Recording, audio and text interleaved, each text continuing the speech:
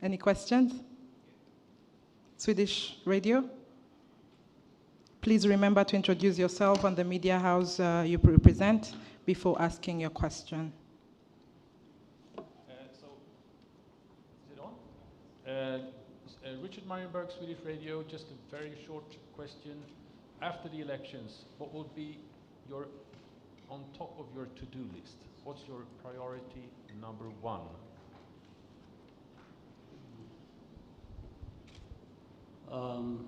The priority number one after we've gone through all of this is to continue to make as much progress as we can in the area of security and stability of our country, socio-economic development and progress, and continuing to see the country really grow in all aspects of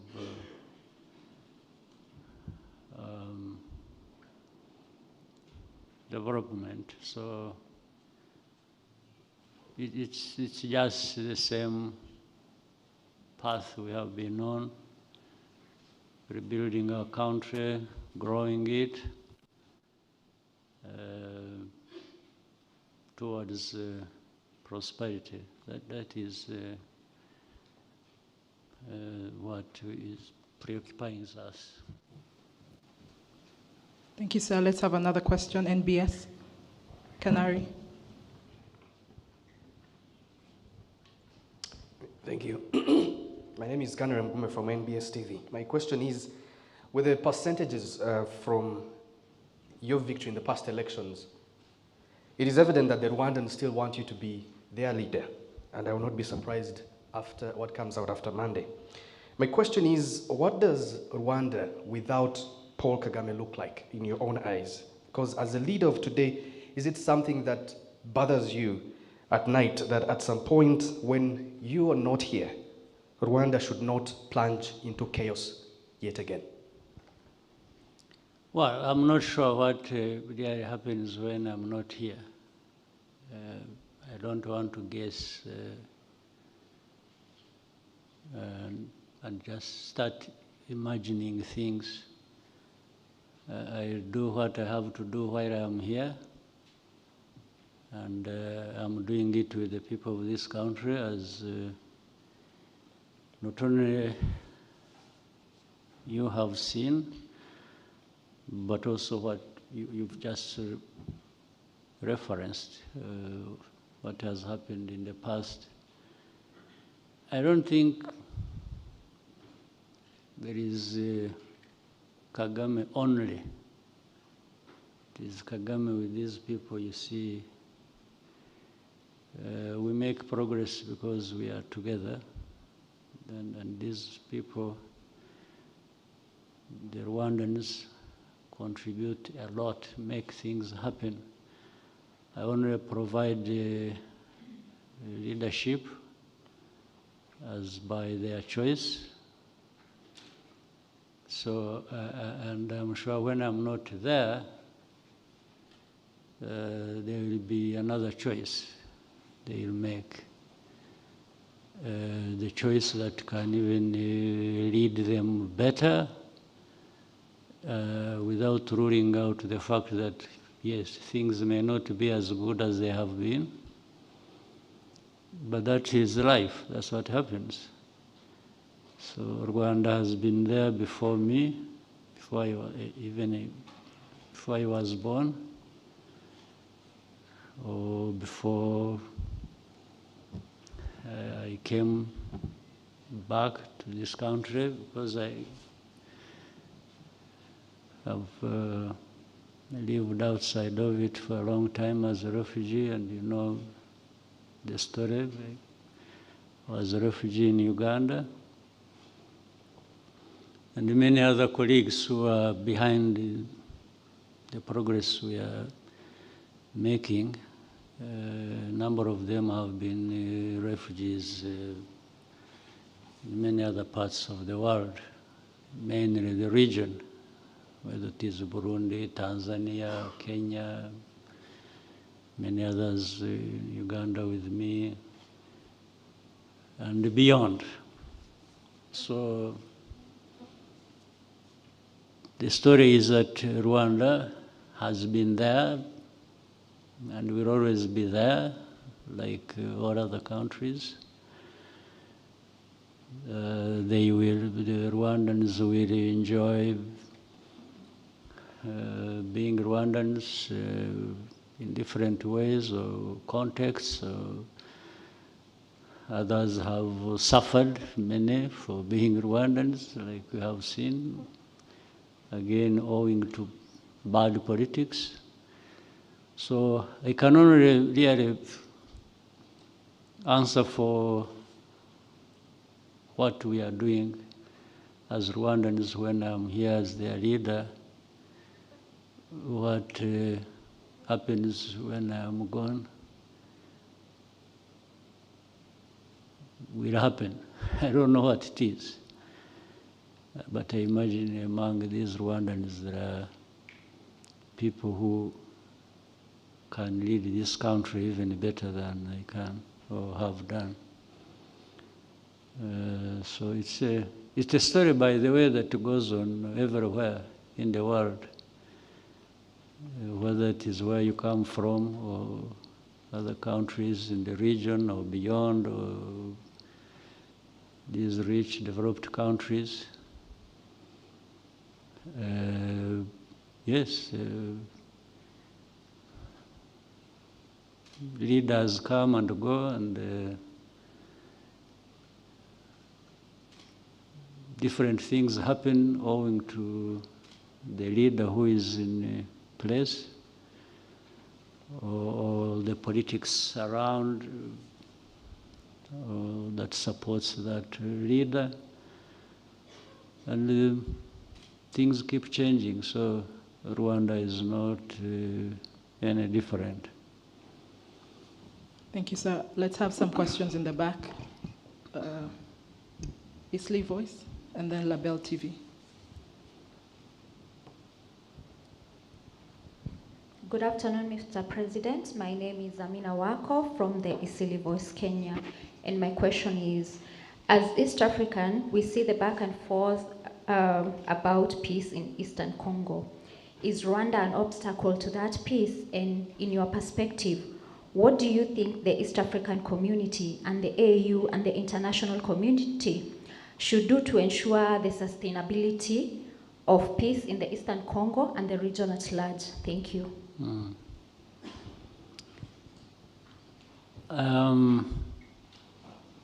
This subject, matter of Eastern Congo, peace and stability for Rwanda, for the region, and for Congo and beyond, has been an issue for a long time. I even don't know how to explain it so that a week or two or a month from now you don't ask me the same question. Because I've been asked this question like 100 times.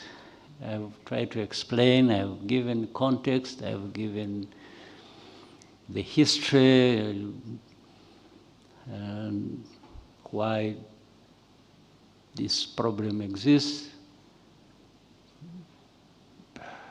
But it keeps coming back.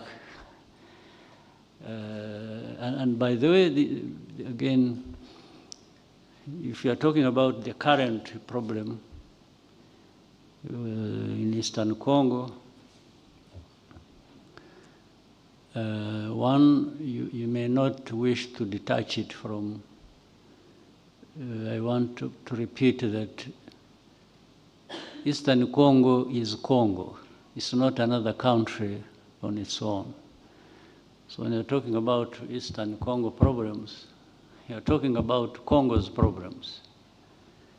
And people always miss that. I don't know why. But the history of it, I try to be brief.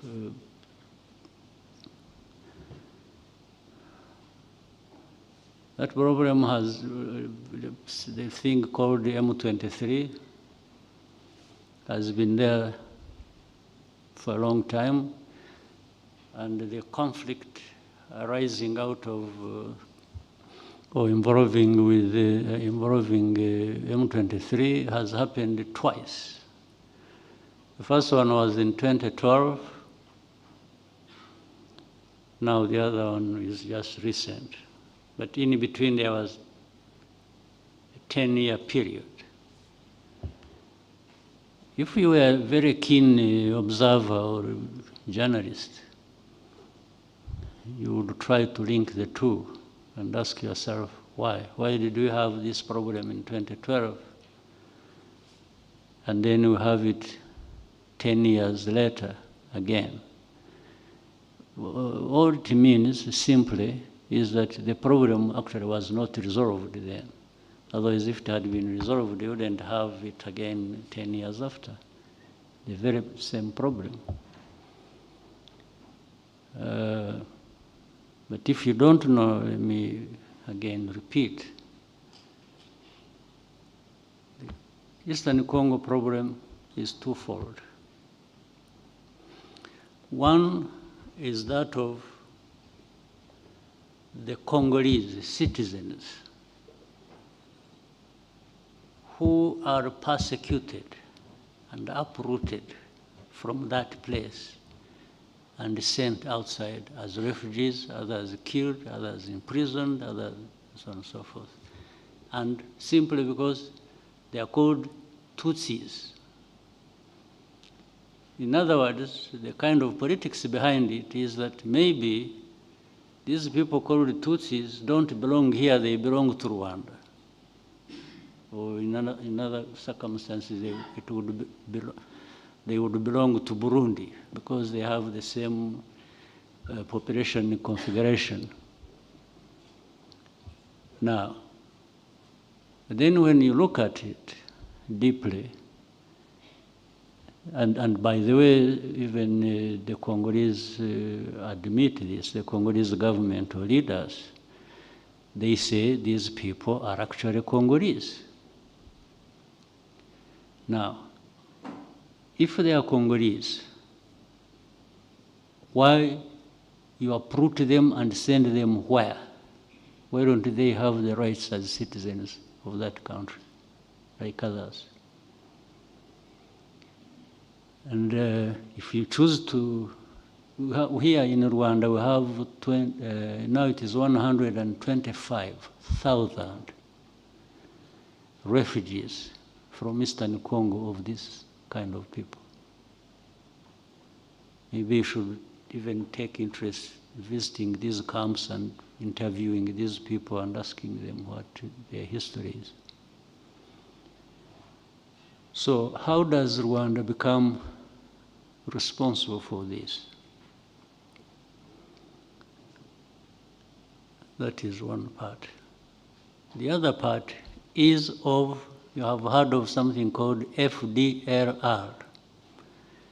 These are genociders, the remnants of these murderers of our people here in 1994. The names are known.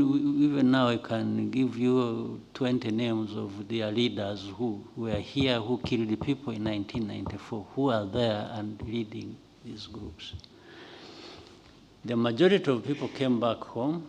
Remember, so many, well over 1 million, actually close to 2.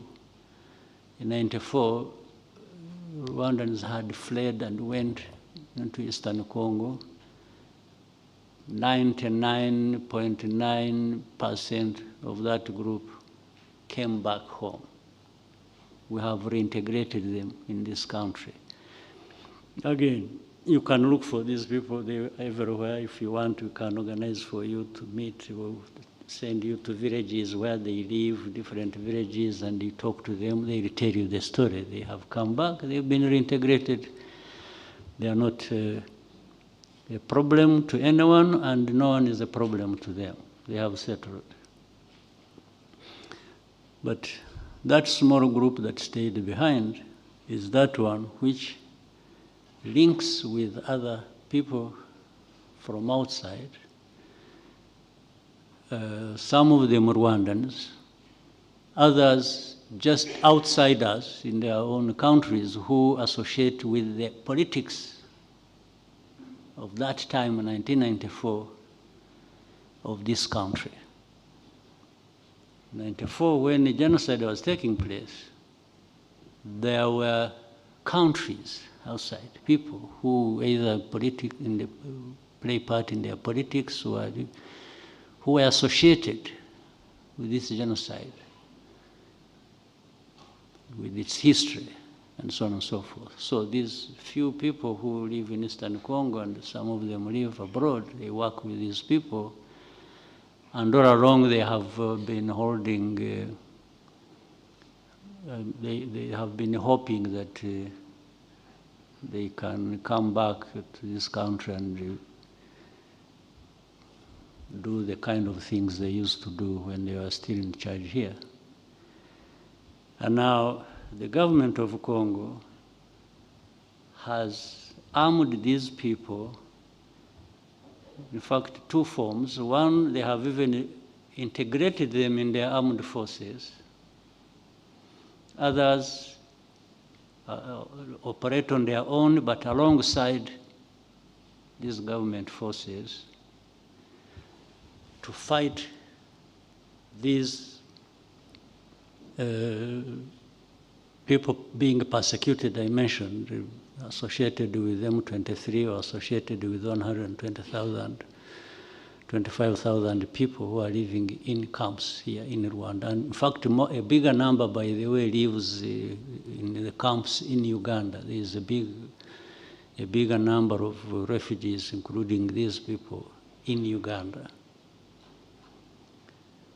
So you have seen in the media everywhere. This is why I'm saying, I really thought you people in the media are more intelligent than this, but you keep disappointing. It is simple. If you investigate a case to know the facts, but I think what happens is that you may even be having the facts, but you want to use them to suit your thinking or I don't know where you come from. If you are so much in love with FDLR, then you always distort things because you want FDLR to be seen in a good light. If you don't like Rwanda, that's a very common thing, then you put things the way that will put Rwanda in a bad light. But that's a different issue. We are used to that. So I take time a bit, if you will, to elaborate on this. So the whole story, the narrative has been created now. You see, Rwanda is involved in Congo. Even there are experts, I'm sure you have seen this group of experts report. I don't know what expertise they have, but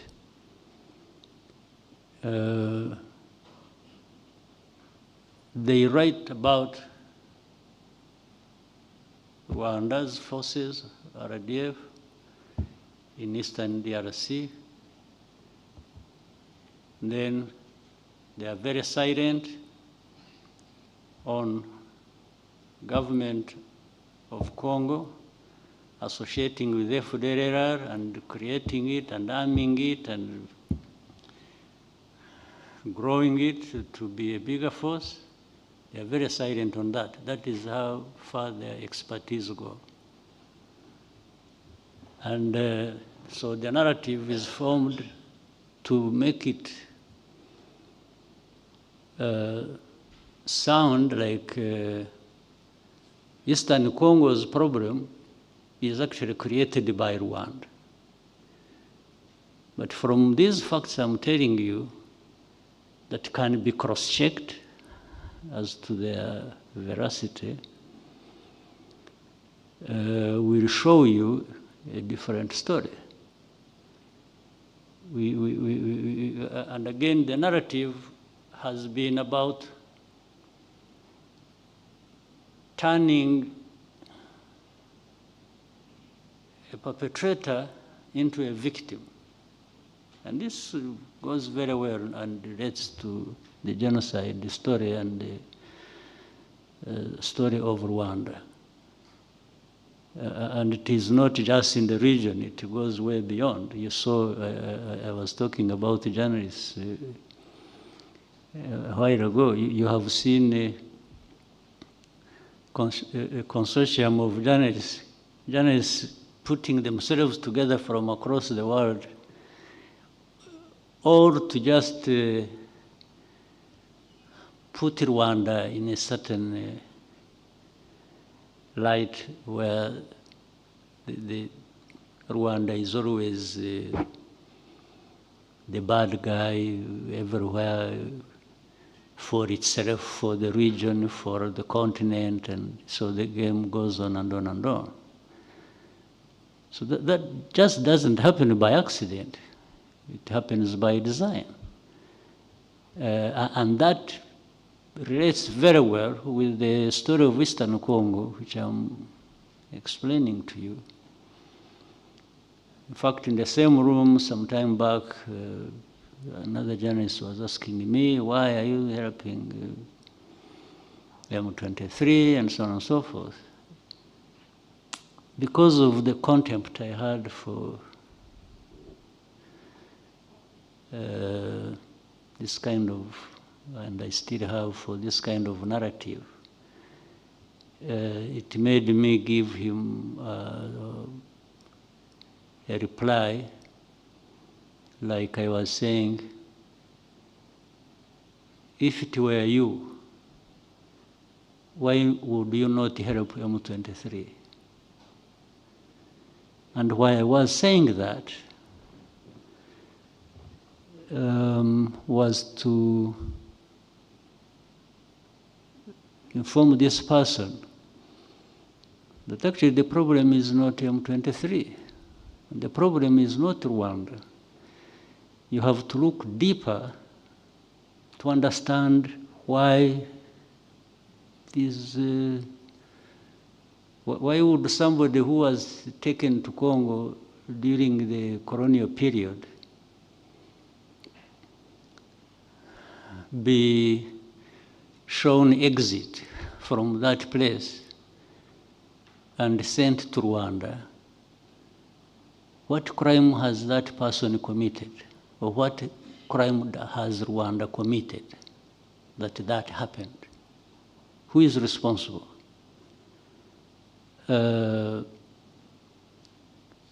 You know it very well in Uganda, in Kisoro, that district has many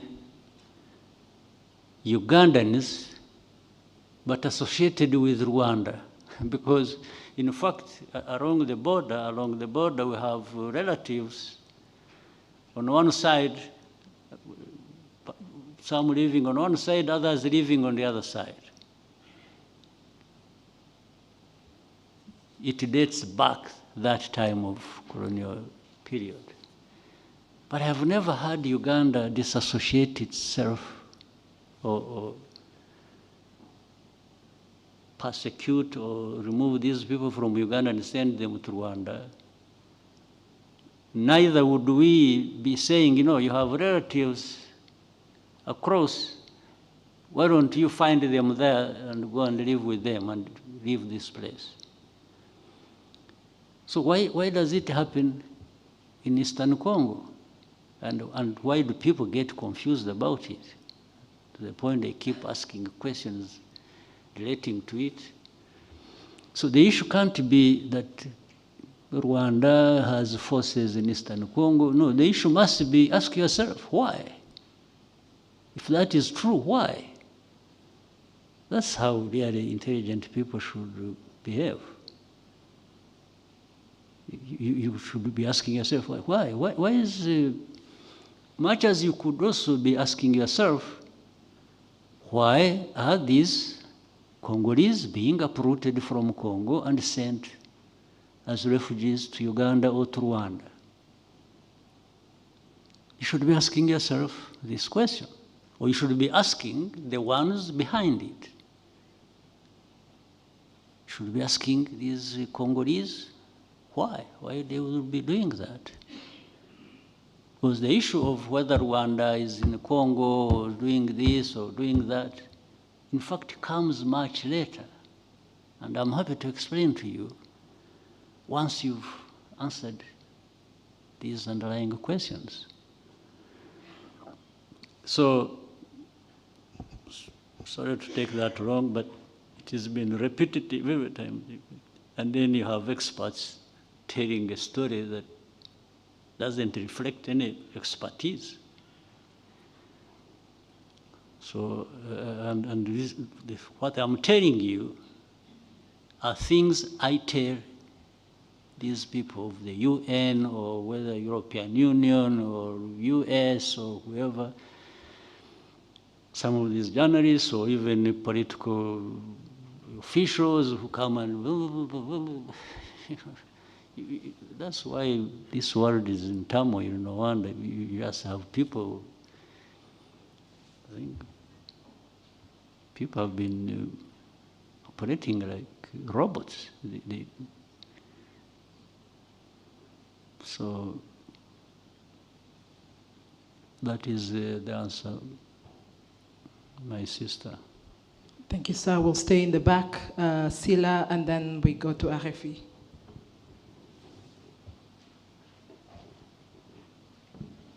Alors bonjour, je suis Panda Silla de Label TV Sénégal. Alors Monsieur le Président, Son Excellence, le Rwanda est aujourd'hui en Afrique et partout dans le monde considéré comme un modèle de réussite, de développement, de sécurité 30 ans après le génocide. Alors quelles sont les clés de cette prouesse? Et ma deuxième question, la Constitution du Rwanda de 2015 vous autorise à rester au pouvoir jusqu'en 2034. Comptez-vous rester au pouvoir jusqu'à cette date d'échéance? Je vous remercie.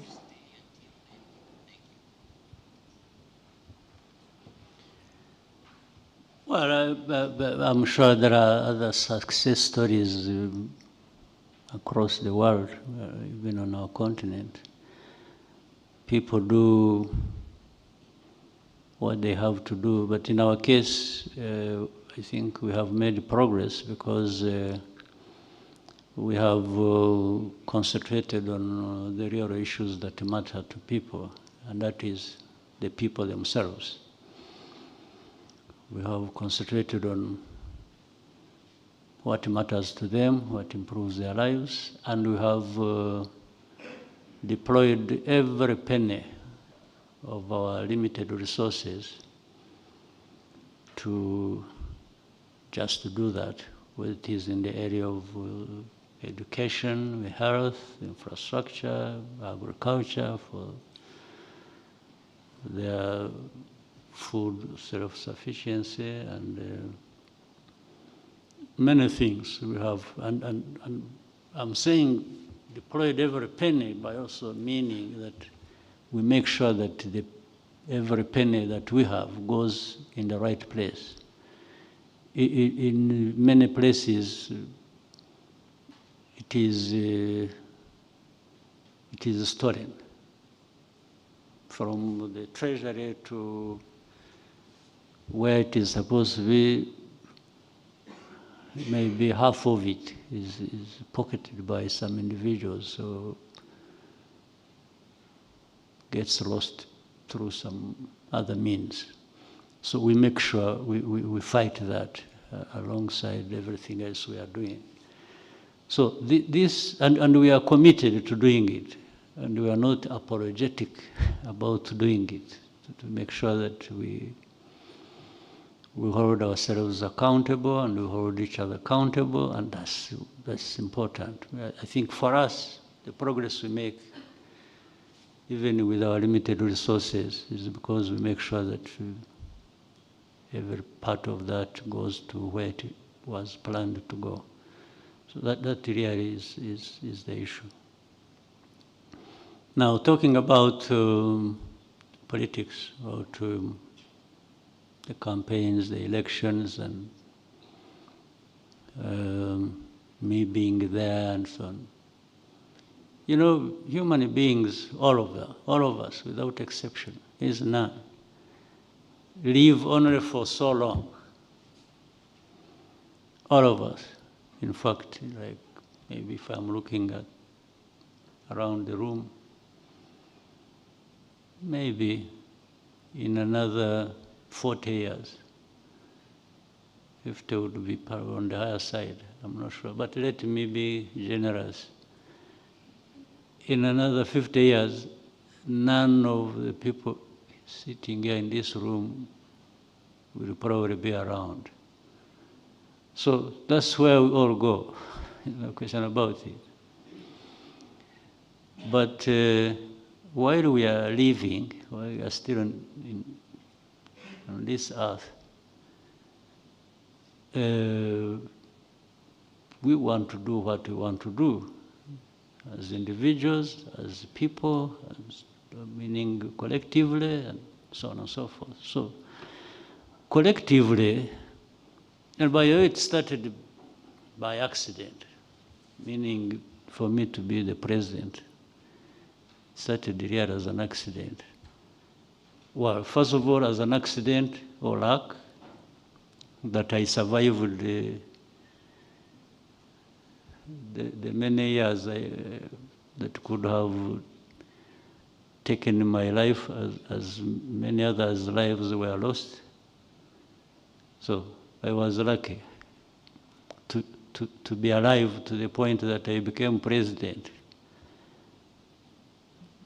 So it wasn't by plan at all. Even if it was to be by plan, I was still lucky. The second is that even as I was still alive at the beginning of this whole process, of 30 years we've been here, some other people were chosen to be president. I wasn't. I was suggested in '94, I refused. I just felt I wasn't in a position to be president. So I worked with others to put another president there, who later on, whatever happened, was removed by Parliament. And it's like those who wanted me to be president at the beginning came back to me and said, you see, we told you that allowing another person like this to be president. I said, I didn't know. Maybe you didn't know also, you're just blaming me for. So they said, now you should be president. Okay. Then I had been here 6 years, I think, doing other things for my country. I accepted to be president. Now, from that time, it's like I committed an offense, accepting to be president. Every day I'm being asked, when are you leaving? When are you going? So, you know, these people who made me president are telling me they still want me to be president. Somebody else somewhere says, no, you are here too long. But these guys who even ask these questions or who tell me that, even if they wanted, they cannot be the president of Rwanda because they don't belong here. So now I really get confused, and I think this is not fair. Because when are you leaving? Now, as I have said, there was a time I wasn't president. I didn't even want to be president. I refused, actually. Now, when I became president, and the people of this country who matter to me more than anybody anywhere else. Keep saying, we want you here. Oh, by the way, we have also had open conversations with them in our meetings of the party I lead. I have been telling them to actually look for another person. I've told them in 2017, but I started in 2010. 2017, I was more vocal on that. And even recently, I told them the same. The leaders of the party are here, the chairman, vice chairman, and the secretary general in this room. They are here with you. They can tell you what I told them. I've been asking them to, even if I'm agreeing to be president,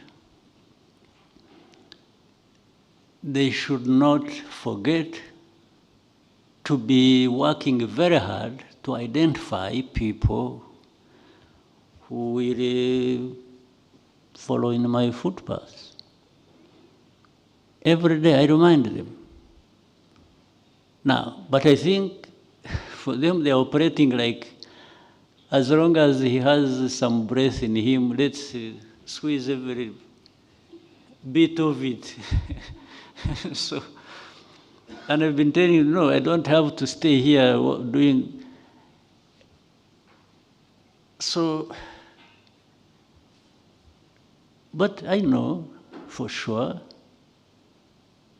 somebody will be found sooner than later, if we don't count the many years I've been around, going forward.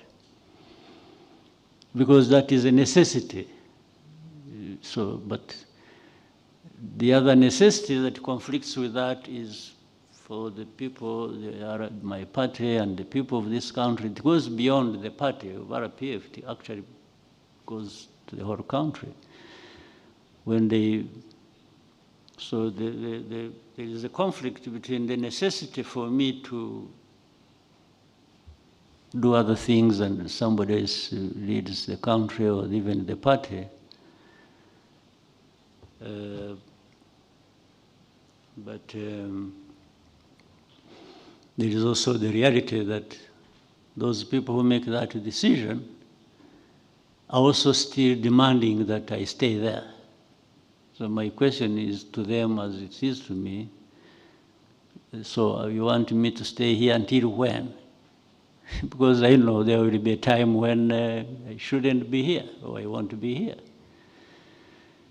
So, but if you could only bear with us and it becomes our problem, internal problem, which we have to resolve, maybe we shall find a solution sooner than later.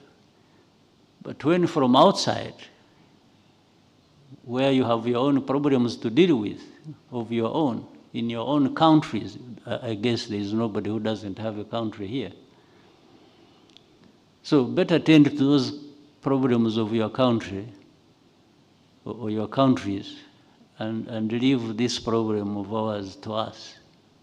We shall resolve it, one way or the other. And whatever happens, whether there will be better people than me, even or those who will come and try to run down what we have been building over the years, there is nothing we can do about it. Especially there is nothing you from outside can do about it. Thank you, sir. BBC.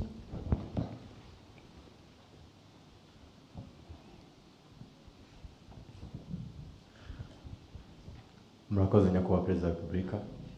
Nitwa Cyuzuzo, ndi umunyamakuru wa BBC. BBC? BBC. Hariya muvuga Ikinyarwanda. Yego. Okay. Mu 2018 inteko ishinga amategeko yatoye itegeko rishyiraho umushahara fatizo mu gufasha abakozi bo hasi cyane, ariko iteka rya minisitiri ryagombaga gushyiraho uwo mushahara fatizo ntabwo rigeze risohoka kugeza ubu ngubu. Nifuza kubaza niba hari impamvu zatumye ridasohoka kandi niba hari icyo muzabikoraho muri manda yanyu itaha. Murakoze. I can nabisubiza mu buryo nubwo ntabizi neza ibyo ari byo by'imishahara fatizo byashyizweho n'itegeko ariko ntisohoke cyangwa ntitangwe, ntabwo nakubwira ko ntabizi. Birantangaje kuba ari mbibazwa na BBC, abantu hano mu gihugu bifataho ntawe urabimbaza kandi bafite uburyo bwo kubibaza, ariko icyo nagusezeranya byo ni ukubisuzuma kureba uko binateye n'impamvu. Mbere hose bajya gushyiraho iryo tegeko barishyizeho ngo rikore nyine, niba hari ikitarashobotse cyangwa se baribeshye mu ngengo y'imari basanze nta bushobozi bifite, ariko ibyo nabyo byagomba kuba byarizwe mbere yo gushyiraho iryo tegeko ribwira abantu kuzamura imishahara cyangwa iki. Ariko icyo kibazo cyo numva turaza gushaka uburyo bwo kugisubiza, ndetse tuzabishyira hanze nawe bikugeraho. Thank you, sir. We can take 2 last questions. Sunday Live. Let's see how we can go for as long as we can. Okay. At least you are not complaining about taking long on answering questions. I You don't can only think- complain about my being in power for long, but I allow you to ask for as long as we can be here. Sunday Live. My name is Mahlangu Isaac from Sunday Times in South Africa. Now that you seek a second mandate, what do you think are the aspirations of the Rwandan people as you want them to grant you another mandate on Monday? What do they want to see in the next 5 years?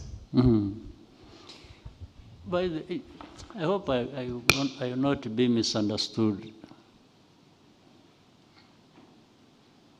I actually haven't been seeking any mandate. The RPF and these Rwandans have been asking me to stand for another mandate. At a personal level, I would comfortably go home and rest. It really takes a toll on me to handle these Rwandan problems. But while I have been there, and I am there now, and I may be there for a few more years, I think even the demands have been made clear by these Rwandans. I'm sure if you have followed these campaigns, the rallies, you have heard them. They want more development, want more roads, more hospitals, more schools, and quality increased for all of that. And that's what I'm thinking of providing. They need more investments in infrastructure, in technology, in being able to feed themselves, and feed the markets, thereby earn money from that. So it's all what we have to do, that we have been doing, but if we can move faster, if we can do better delivery of services in different sectors, I think that's what the Rwandans want. So that's what preoccupies me, that's what I have in mind, that we should be working together with the Rwandans to deliver that to them. Thank you, sir. Goloba, welcome. Thank you very much, Your Excellency. My name is Frederick Goloba Mtevi. I'm an independent researcher and analyst. Your Excellency, I've had the good fortune to follow you around throughout this campaign. And there are 2 issues that have come to my mind that I thought I should ask you about. One of them is almost at every rally, you've been giving this message to young people to step up and take responsibility for the gains Rwanda has made in the last 30 years. You keep going back to it at every rally. And I've been wondering, is there a deeper message in this, or is this just what we see? Are you saying something deeper than what seems apparent? The second question, Your Excellency, is watching all your rallies, it strikes me that the RPF is a formidable political machine. Clearly, anyone who looks at it can see it. I'm wondering what it is that you and others in the RPF are doing to ensure that when you're gone, this thing we see going up doesn't go down. Yeah. Well, really the message, whether deeper or what it has been all along, is the young people understanding and feeling that they are the ones who hold responsibility for their lives, the lives of everybody in the country, and especially in the near future, they are the leaders. It's what I'm raising and alerting them about. It's not tomorrow that I'll tell them that. It should be yesterday that they became aware of that. So that is the only essence, the real essence of repeating that message. And the progress that has been made, that people refer to under the RPF and so on and so forth. Yes, in fact, happened. Even the liberation itself happened with the young people taking responsibility for all that. Even when I became president, I think I was still in my 30s. And the others who are everywhere doing different important things are much younger than me. So I'm only telling them that it is now that you young people should be thinking about this responsibility you have to yourselves and to the country.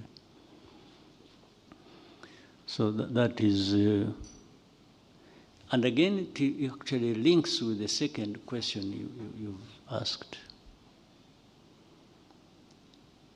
Once people grow up understanding their responsibilities and that things that don't happen, or that you don't wait until somebody else comes to your rescue and helps you out on different things. It is that group of people that from whom there will emerge leaders who step forward and even be leaders of this country in one way or another. And with the sense of responsibility comes the understanding of the story, where you have come from and where you are and where you want to be. So if there has been some level of success with my leadership, it can't be me alone, but also it doesn't mean that it is only me alone that can succeed as we lead this country. So it just comes from that conversation, it comes from the experience and what you see, the results. And, you know, at the moment you go through a number of years, following the story and associating the message with the results. I think many people are formed by that and are helped by that to go beyond just the ordinary and thinking they are there just to be led, but also can aspire to lead. That's what gives, otherwise there is no mathematical formula that you can apply and say this and this and this and this put together, you'll always come out like that. So this is why I'm saying I cannot tell what is going to happen when the current crop of leaders, whether it is the RPF or government, that what will follow will either be a disaster or will be better, or I have no formula to, and I think nobody has that formula anywhere, whether here or anywhere else. But you keep investing the right way. You invest in people, like through education, for people to have good health and to have, but also to have clarity of mind as to what countries, people, societies are, and what these real aspirations are. And that they are the only ones, they are mainly the ones who can make things happen. So I have no other way of telling, of foretelling what, but I try to do what I think matters in preparation for the future by the people that are around, especially the young people who, and what I see encourages me now when throughout the campaigns and campaign rallies, I think you can see people and feel assured that they are there for a purpose, they know what they are doing, maybe, and they will do it when that time comes. VOA.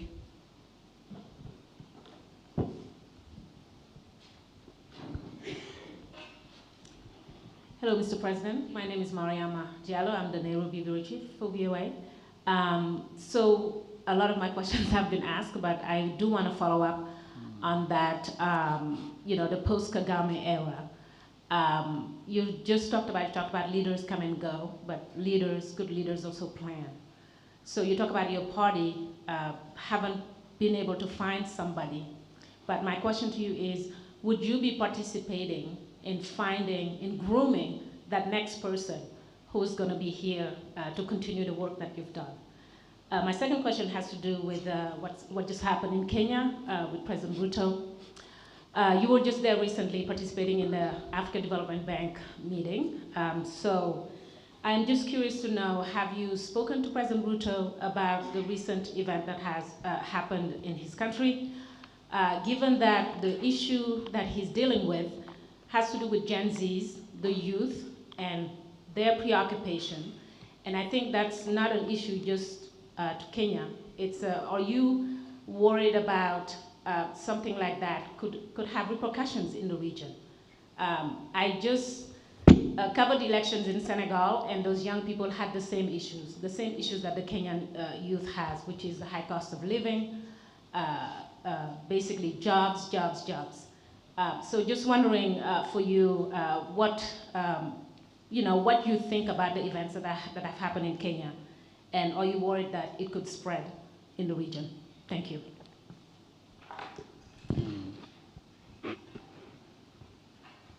Yeah, but I think the first question has really more or less been answered. But let me add, I don't like this whole idea of grooming. grooming focuses on one person or another. I prefer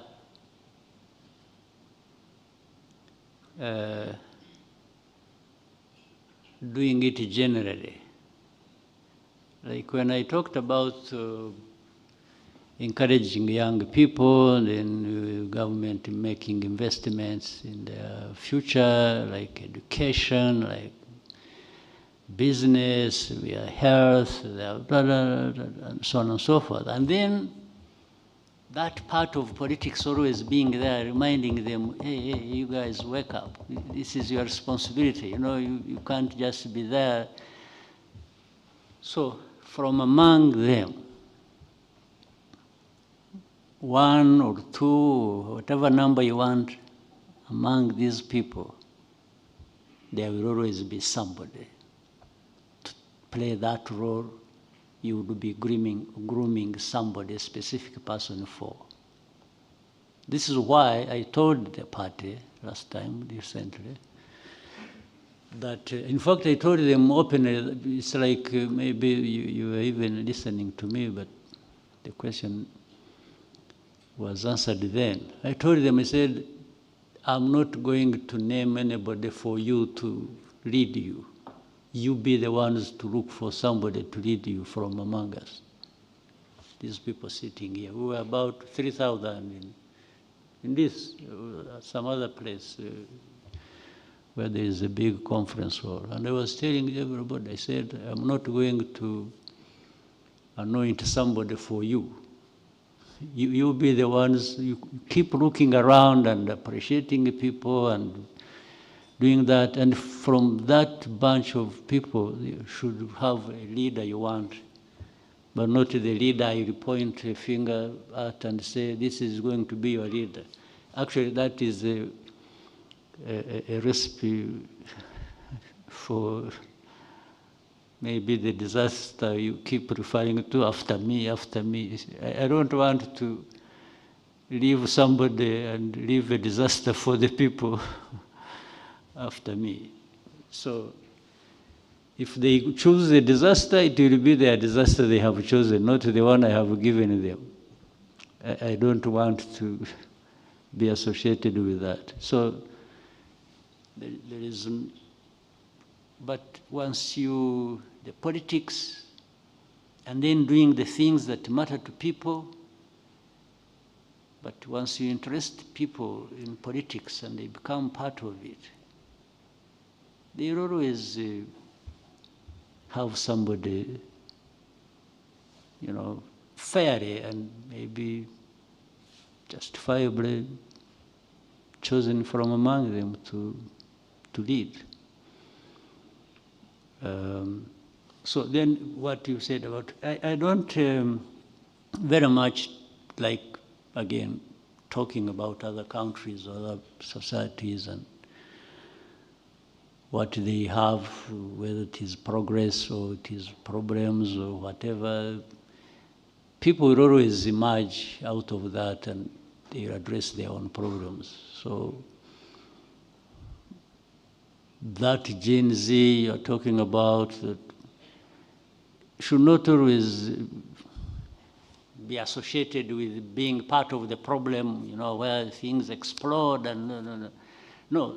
Actually, they should be part of preventing that by. But of course, I fully understand what that means. It all comes down to politics. If these young people are involved from the beginning and a culture grows where the young people participate and in the good politics of any country, then they don't end up just being, I mean, people demonstrating on the streets, destroying this or that. No, they actually end up being part of a situation or creating it that prevents that from happening. And that, therefore, that calls for them to be linked right from the beginning with politics, and even above, where the higher leadership is, down to that level of this generation, there must be communication that enables them to, and so that things they complain about don't happen in one incident, in one explosion of things, and no, but that flow of grievances happens in the daily life, and then there is always going to be a way of addressing that, and therefore preventing some disasters from happening. Otherwise, I always keep off other people's affairs. I have no lessons for anybody. I'm stuck with my own problems, trying to deal with them on a daily basis, so I can't add on that burden of even assuming too much that I have an answer for other people's problems. So but every situation has problems, but there's also a way to address those problems. But it is the people of any country that we have to deal with that. Thank you, sir. We can take 2 last questions.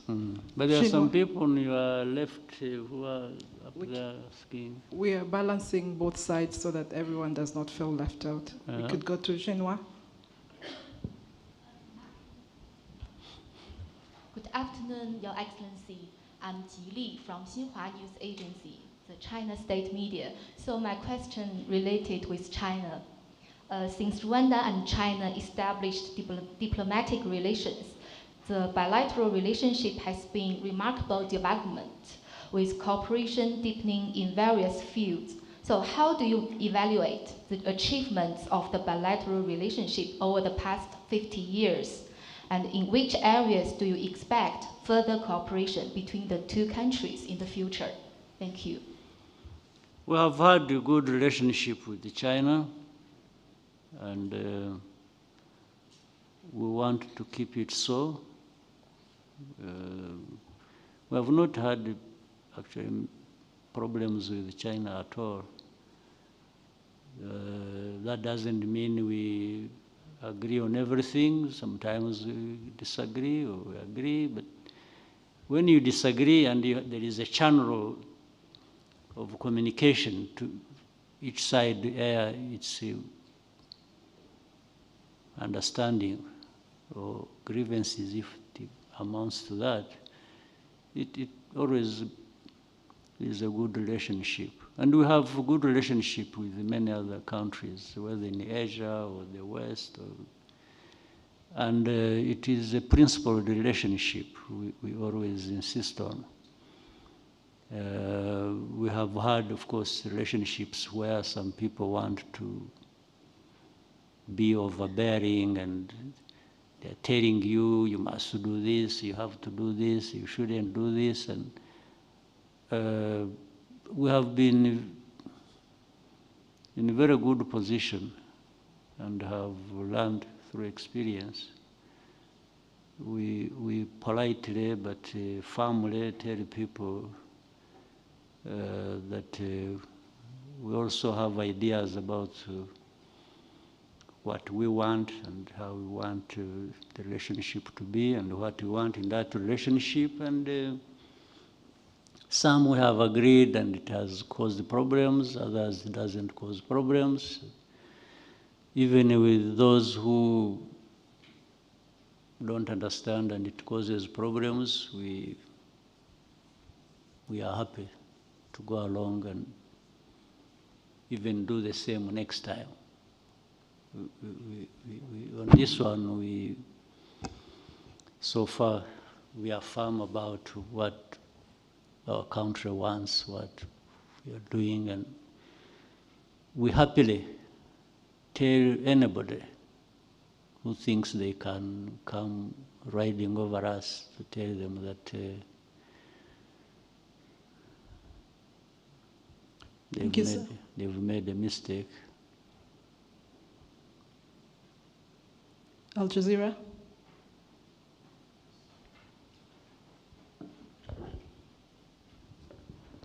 It's coming to you.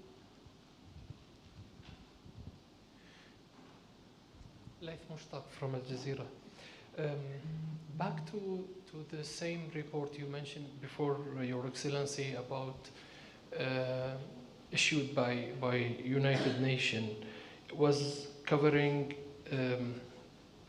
two things: the mining and the military situation in east of Congo. And 4 days later, there is a statement from State Department of United States was focusing on the mining.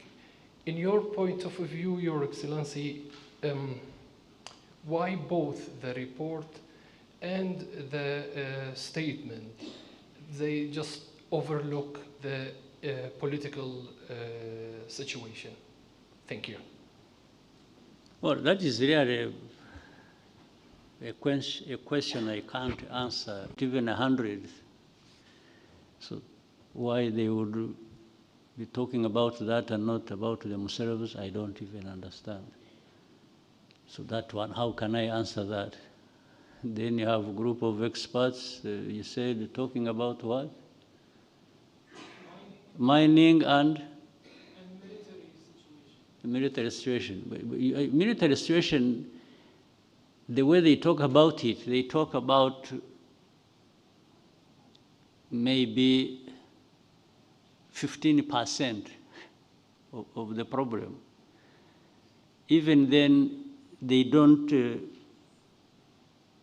put facts or evidence to it. This is why I think I explained it. If you are talking about RDF, Rwandan Defense Forces, and M23, and you are silent, I think I answered that, and you are silent about FDLR, and you are silent about the government of Congo expelling its own people from the country to go somewhere else,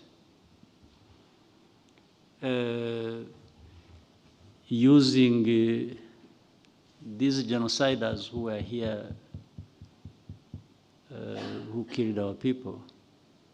How can I answer that honestly? I mean, you should be able to make that judgment yourself, or anybody here who sees that should be able to make the judgment. It's not up to me to answer that. I don't know how to answer it. I don't know how to answer that somebody is associated with the problem and is saying it the way they want people to see it or to understand it. I have no answer for that. I can't explain it. They should be the ones to explain it. In fact, I wish one day you could meet those people and ask them. I say, why you? Is it because this is not happening? Or is it because it is not there? That you are silent about it, that you are talking about something else that either is less important or actually is not happening, or if it was happening, it is happening for that reason you are silent about.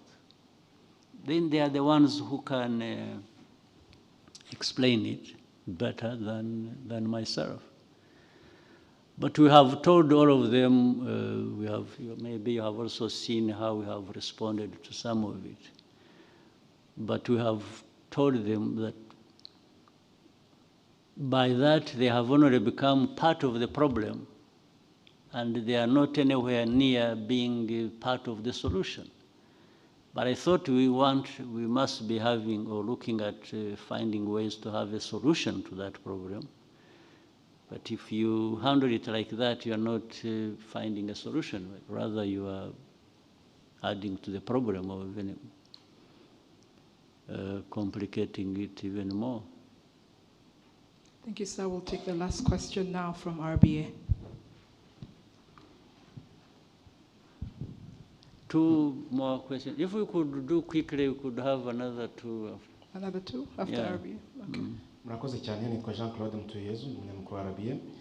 Mu minsi mumaze mwiyamamaza mwakunze kugaruka ku mvugo ivuga yuko iyi politiki yo kwiyamamaza n'ubundi yihariye cyane ko FPR yagiye ifatanya n'indi mitwe ya politiki. Munagaruka cyane ku bijyanye n'ubudasa bw'abanyarwanda. Ese ubu budasa twavuga ko buva kuki? Nanone twibaza ngo muri manda ikurikiyeho ni ibiki muteganyiriza abanyarwanda bijyanye n'imvugo mukunze kugarukaho cyane y'ubudasa? Murakoze cyane.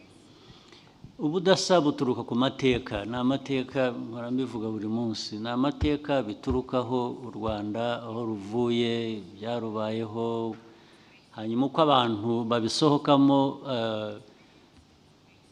U Rwanda rw'amateka y'amacakubiri n'u Rwanda rushyira abanyarwanda bose hamwe n'ibintu bitandukanye. Muri uko gushyira abantu bose hamwe rero bahera ku mateka mabi bakareba icyo u Rwanda rushyira abantu hamwe rukora kugira ngo abanyarwanda bose bibone mu bikorwa no mu bibageraho. Ibyo ubwabyo bisobanura bwa budasa.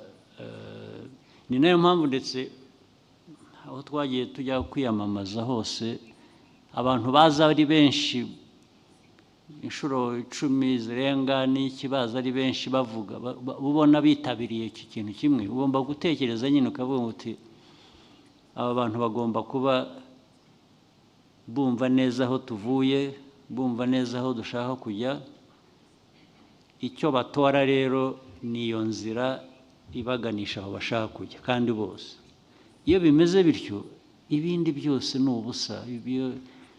Umuntu uhagarara ikantarange akavuga ati hari umuntu babujije kuvuga biki, hari ibihumbi magana ngahe byahoze biri aho bivuga, ibyo ni ugukora ubusa, uranabyihorera ugakomeza. So abanyarwanda rero icyo bashaka barakizi, bo baracyerekana ari mu bikorwa. Ntabwo ari n'ibikorwa by'amatora gusa, ahubwo biriya bikorwa by'amajyambere bigenda bibaho bikorwa n'abanyarwanda. Abanyarwanda bitabira buri kintu cyose, iyo bahaye uburyo barabukoresha bakagera ku byo bifuza. Abo ngabo rero iyo bakubwiye icyo bashaka nicyo ukora, kuko ni ibyabo. So ntabwo numva rero mu manda yindi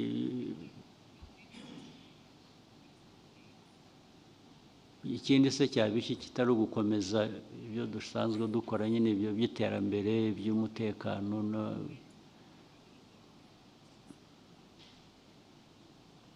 n'imiyoborere myiza. Demokarasi n'ikivuze, demokarasi bivuze imiyoborere myiza, guhitamo abantu bakagera ku cyo bashaka. Nicyo tugerageza gushyira ku murongo. N'ibyo bikomeza, nta bindi bishya byaturutse ahandi dushaka gukora. Scovia.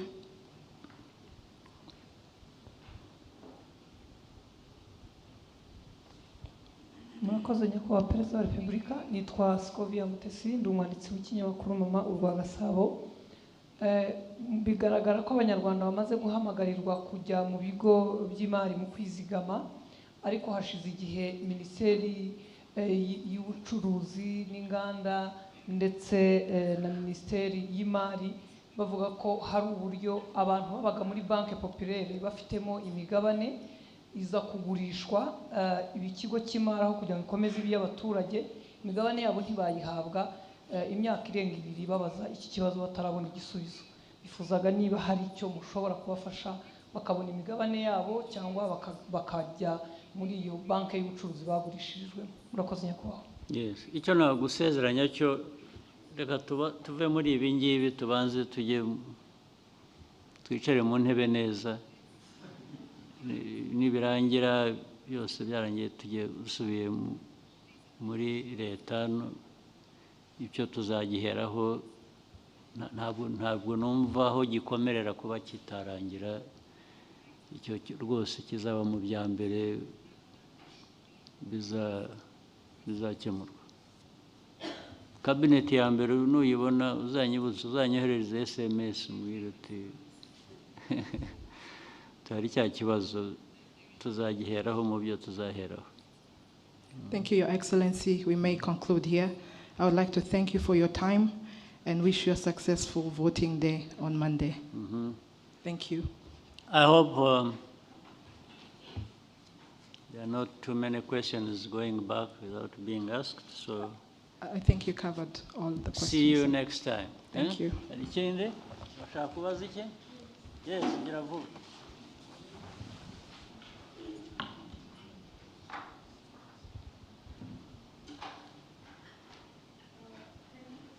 Thank you so much, Mr. President, for this time. There has been noticeable increase in the genocide denial globally, and with media outlets adopting narratives from figures like Victor Ingabire, Charles Onana, Jambo Isbel, and this is affecting actually remarkably the younger generation. How, now that you are running for another term, how are you going to tackle these issues? And mu Kinyarwanda nifuzaga kubariza abanyarwanda baturiye imirenge itandukanye mu ntara.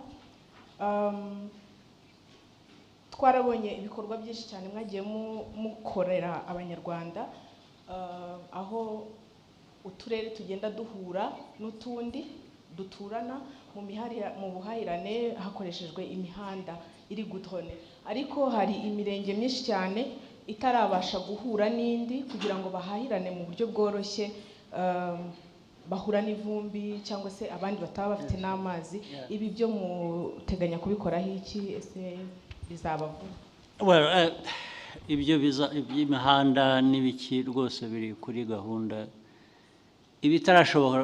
Ibitarakorwa nuko tutarabona neza ubushobozi ibyo dushaka gukora n'ubushobozi bwacu ntibingana,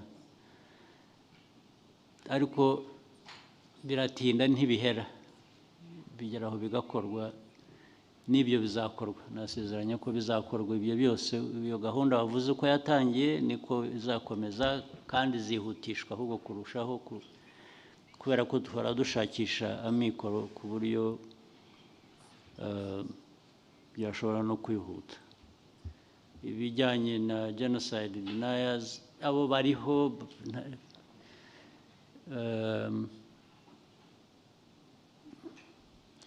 ingaruka zabyo tujye tuzirwanya ku buryo bitagira uwo bihutaza, ndetse abatoya mujye mubyanga mubishyira hanze. Ibyo birahari bishyigikiwe n'abantu bamwe hanze n'ikibirirwa basakuza, ariko nicyo nababwiraga, hari ubwo basakuza ngo baguteshe umurongo uve ku byo wakoraga ujye muri ibyo bitagira icyo, kandi bamwe bashyigikiwe n'ibihugu cyangwa imiryango cyangwa iki bifite ubushobozi, ariko icyo dufitiye ubushobozi twebwe nuko ibyo ngibyo ntacyo byadukoraho hano na kimwe. Naho aba bandi ba Ingabire n'abandi Ingabire suye ariko twarekuye twagiriye imbabazi akava mu gufungwa, yari afunzwe n'ubu abakirimo, ariko hasohokeye niyo neza yitura abanyarwanda. Buriya nta amaherezo yo ntabwo azaba meza, uramwihorera akarwana n'ikimurimo kibi kikaba aricyo kimugiraho ingaruka. N'abandi abo bose babonana baba mu Bufaransa, baba hehe, birirwa basakuza, bariya mwebwe babatwaye iki? Muzabareke niko bameze, muzabake bapfa urwo bapfuye, ntayo bakwiriye hari abo bakorana nabo nk'ibi twahoze tuvuga by'intambara zo muri Eastern Congo n'ibindi. Iki gihugu cya Congo kirabafasha, kibagira gite, ariko iyo bigeze aho uboneho tubijyamo ariko muzi ko nabyo bafite aho bagarukira ntabwo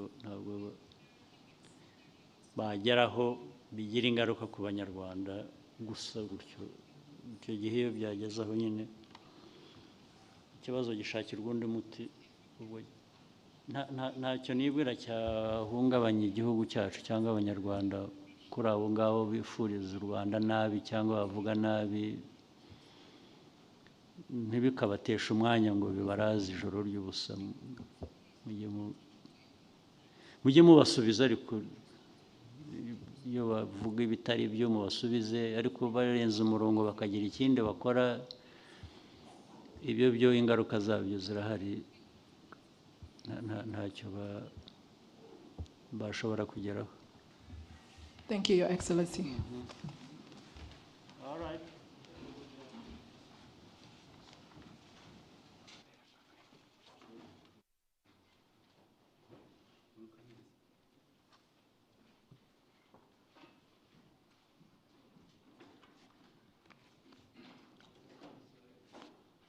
Hi, everyone. There's some snacks outside the room, so feel free.